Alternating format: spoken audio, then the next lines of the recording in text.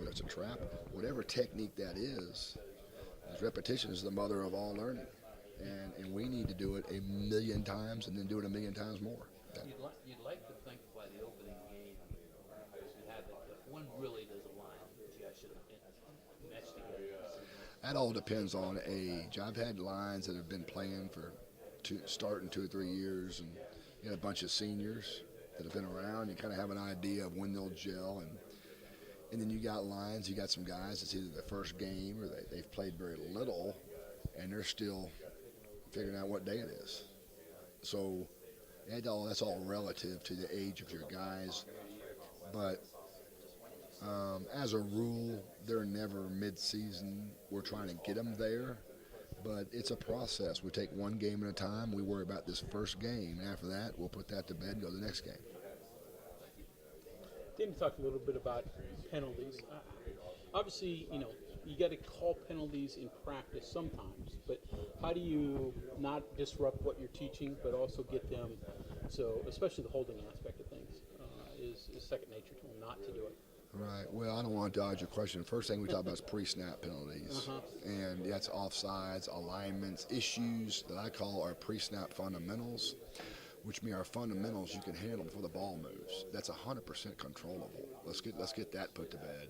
And those are routine penalties to where we don't need those. Second thing is post-snap penalties.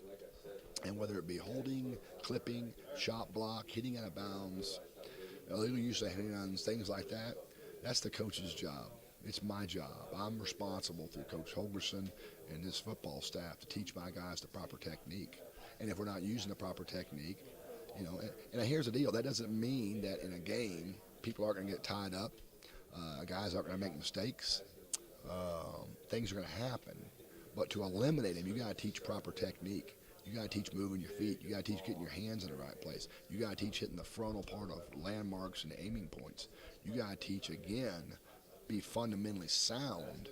And we won't make these penalties because the penalties will cost our team, it'll cost the drive. Ultimately, it will cost the season, no matter where they hit. So nobody wants that, but it's up to me to coach it up.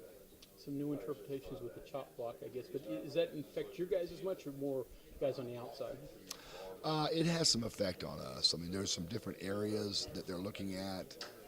Ultimately, the O-linemen are close to being the same in terms of right there in the trenches. There's some markings. We can't go here, we can't go there with it. But ultimately, it doesn't affect us quite as much. My thought is that younger lines have more penalty problems. You guys have a lot of experience, especially on the edges. So you'd like to think that you're a little better there than in the past, or is that too simplistic?